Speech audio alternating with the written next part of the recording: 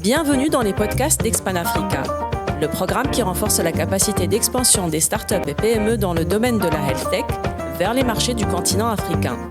Cette série de podcasts a été pensée et produite par l'équipe Connect-Innov. Welcome to Expan Africa Podcast.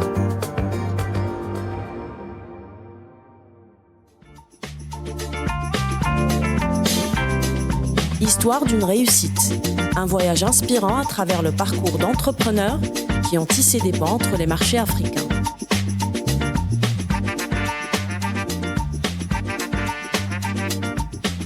Ce nouvel épisode, nous sommes ravis et honorés d'avoir avec nous depuis Dakar, Madame Aïssatou Diallo, fondatrice et CEO de Asker. Bonjour Aïssatou. Bonjour Shema, c'est moi qui vous remercie de me recevoir aujourd'hui dans votre podcast de Expan Africa. Je vous remercie pour cette belle opportunité. Bonjour à tous et bonjour à vos chers auditeurs et auditrices. Merci à vous d'être parmi nous aujourd'hui. Donc, je pense qu'on va plonger directement et parler de Asker. Donc là, est-ce que vous pouvez nous partager l'histoire de Asker et qu'est-ce qui vous a réellement inspiré à démarrer cette belle aventure? Alors, comme vous pouvez le constater, l'histoire derrière Asker, comme toutes les startups ou entreprises qui sont nées en Afrique, ça a démarré avec nous plus particulièrement à cause d'un événement profondément personnel. Certains ont commencé à entreprendre parce qu'ils ont vu autour des problèmes, tous ces trucs. Mais nous concernant personnellement, on a vécu un drame. On a perdu un enfant à cause d'un équipement défectueux. Donc, à partir de ça, c'est cette douleur qui nous a poussé à dire que oui, il était temps que ces genres de choses ne cessent. D'où est né Asker. On pensait que quand on a commencé que notre douleur était extrême, mais le terrain nous a appris que il y a des femmes qui vivaient 10 fois, 20 fois, 30 fois ou 1000 fois plus que ce que nous avons vécu. D'où est né Asker, qui est aujourd'hui une entreprise panafricaine engagée à démocratiser l'accès aux soins de diagnostic, en particulier pour les femmes qui sont dans le monde rural, d'où le fait qu'on nous appelle aujourd'hui Asker Femtech. On a développé une solution pour le dépistage rapide du cancer du col de l'utérus de la femme, qu'on a pratiquement découvert sur le terrain les ravages qu'ils étaient en train de faire en Afrique et un peu partout dans le monde. D'accord, ça démarre justement d'une histoire très touchante. Et aujourd'hui, justement, vous venez de dire que Asker est panafricaine, donc vous êtes présent dans plusieurs pays africains, autres que le Sénégal. C'est bien ça?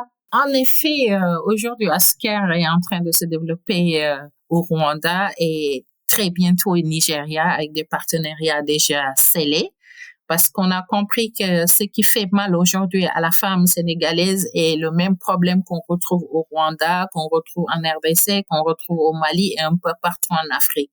Alors que nous, dès le début de notre mission, on s'est engagé à impacter et centrer notre impact localement.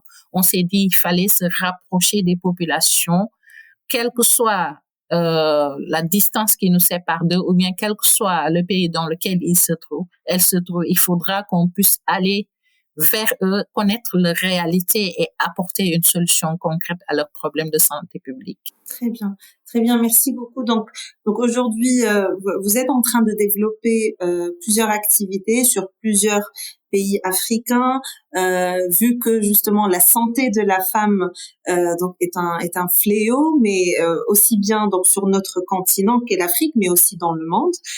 Donc est-ce qu'il y a une stratégie particulière derrière pour justement se développer et en adoptant cette stratégie, est-ce que les résultats étaient rapides? Est-ce que les résultats étaient un peu plus lents? Donc comment c'était cette expansion?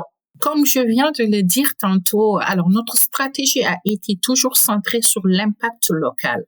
En développant nos solutions avec les professionnels de santé sur le terrain, en essayant également aussi plutôt d'importer uniquement les solutions prêtes à l'emploi nous avons observé, nous avons écouté et co-créé avec les utilisateurs. Donc, notre stratégie est axée sur 3 leviers aujourd'hui. La proximité par rapport au terrain, des prix abordables et une rapidité de résultats imbattables sur le terrain.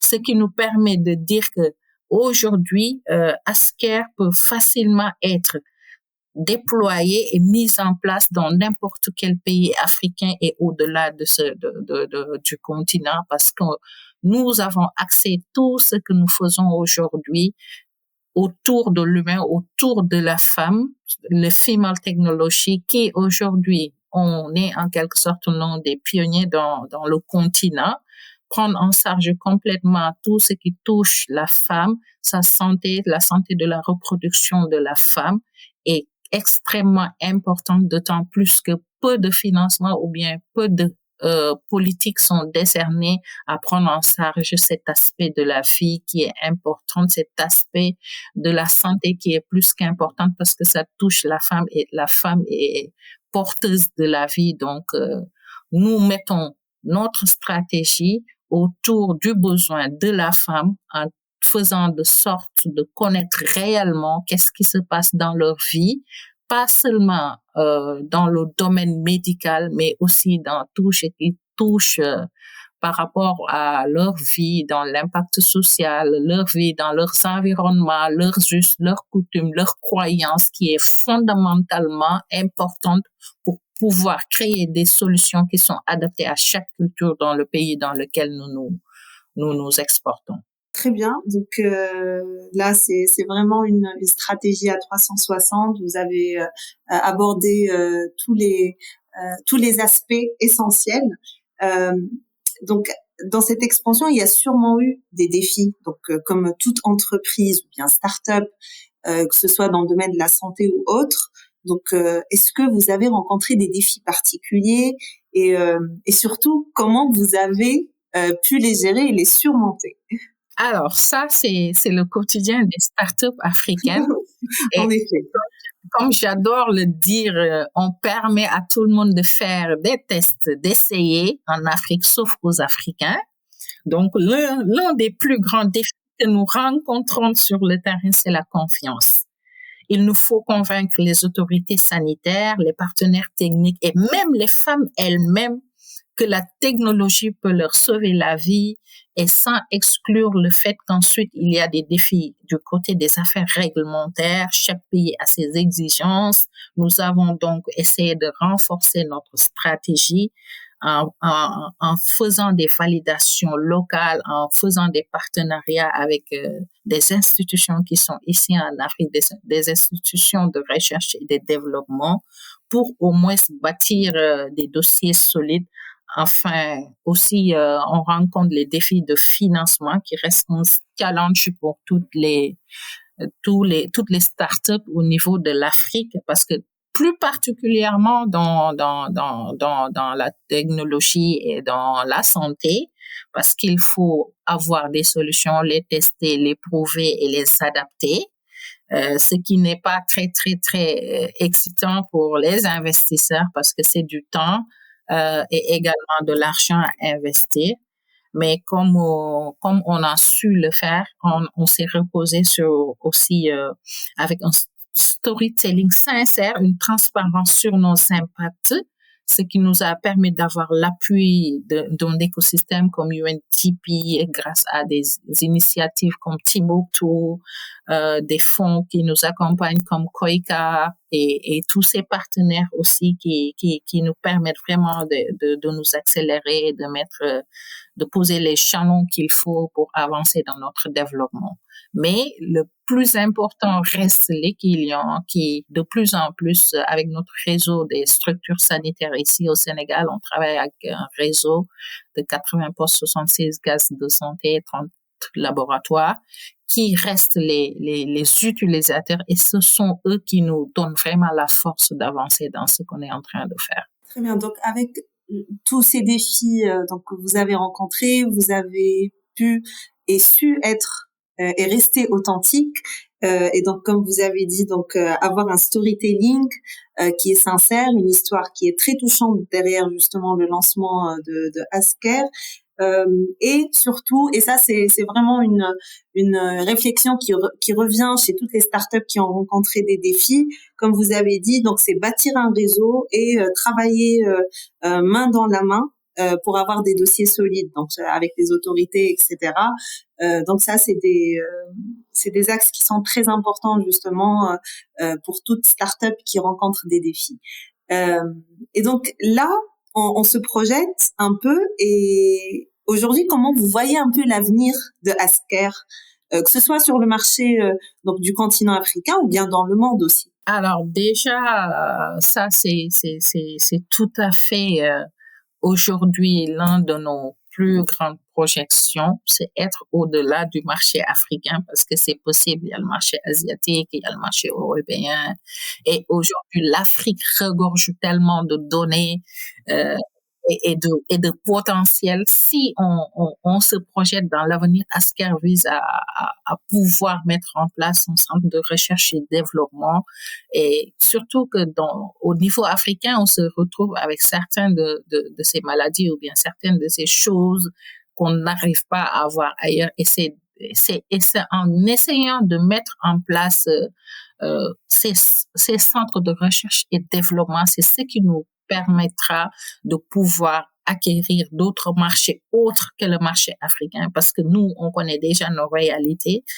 L'Afrique est riche de sa diversité, et grâce à cette diversité, on peut facilement créer des choses qui vont non seulement servir à l'Afrique, mais servir aussi à d'autres pays. Le Covid nous a donné un exemple sur la vie, savoir que le monde reste aujourd'hui un village planétaire. Personne ne peut se dire que je suis dans mon coin et telle chose ne va pas me trouver ici. Les gens voyagent, les gens bougent. Donc, trouver des solutions locales. Certaines maladies qu'on disait être uniquement dans le continent se retrouvent dans d'autres pays, et j'en sais quelque chose. J'ai pu participer à certains forums dans le monde où il y a eu plus de 132 experts au niveau mondial. On se retrouvait pratiquement toutes les études ont été faites, toutes les abstracts présentés ont été faites en Afrique, ce qui veut dire que les gens,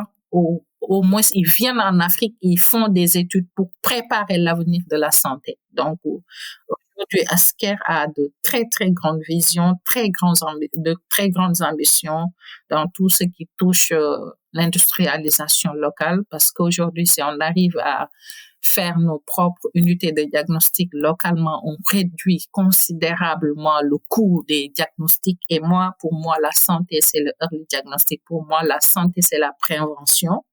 Donc, d'ici 2030, on espère aussi pouvoir se dire qu'on a créé un hub de recherche et de formation panafricain pour au moins que notre jeunesse localement puisse avoir les skills nécessaires et exploiter tout le potentiel du continent. Très bien, on espère aussi être témoin de cette expansion-là. Donc, vous avez dit tout à l'heure que l'Afrique est riche de sa diversité, mais aussi l'Afrique est riche de belles initiatives et de belles idées, de beaux projets comme Asker. Donc, on espère vraiment voir d'aussi beaux projets qui émanent de notre continent grandir et devenir beaucoup plus mondial et global. Donc là, pour finir, est-ce que vous avez un conseil que vous donneriez à toute entreprise qui souhaite se lancer déjà sur notre continent, mais aussi de développer ses activités donc d'une manière internationale? Alors, tout d'abord, je vais commencer par dire le fait que vous dites qu'on espère être témoin. Oui, vous serez témoin et vous êtes déjà acteur Expand Africa, à mettre en lumière des entreprises comme Asker Femtech. Donc là, on sera vraiment ravis de se joindre à vous dans cette initiative de mettre en lumière ces startups qui sont dans le continent, et que les gens puissent faire confiance à l'innovation locale. Alors, pour donner des conseils, comme je le dis très souvent, en toute humilité, on est à nos débuts. On ne peut pas se dire qu'on a une telle expérience, mais on peut au moins partager notre quotidien. Et notre quotidien, on va commencer par dire, écoutez profondément le terrain. Moi, je le dis, c'est le terrain qui donne le sens de la girouette. L'Afrique ne se pénètre pas par des tableaux d'Excel ou des projections. Elle transforme, elle crée une solution enracinée dans les besoins, les réalités et les forces locales. Donc, pour toutes les startups qui ont envie de s'expatrier, de s'étendre dans d'autres pays, allez sur le terrain, faites des partenariats locaux, connaissez les cultures et c'est là que vous allez découvrir que toute l'Afrique, on a pratiquement les mêmes cultures, certes des modes de vie différents, mais on a cet enracinement du local, de personnes dignes et surtout de personnes très, très bienveillantes dans tous les pays d'Afrique que j'ai pu faire. Donc, les gens sont bien accueillants et ils veulent juste être respectés à leur juste valeur. Donc, respectez les cultures de ces gens, ne les prenez pas juste comme des chiffres ou bien des données ou bien des KPI, mais plutôt prenez-les comme des êtres humains, ce qui veut dire que revenez à l'essentiel des choses, l'impact qui reste être le fondamental d'une bonne vision d'avenir. Très bien. Donc là, je retiens 3 points fondamentaux des conseils. Donc, écouter le terrain, partir sur le terrain pour du concret.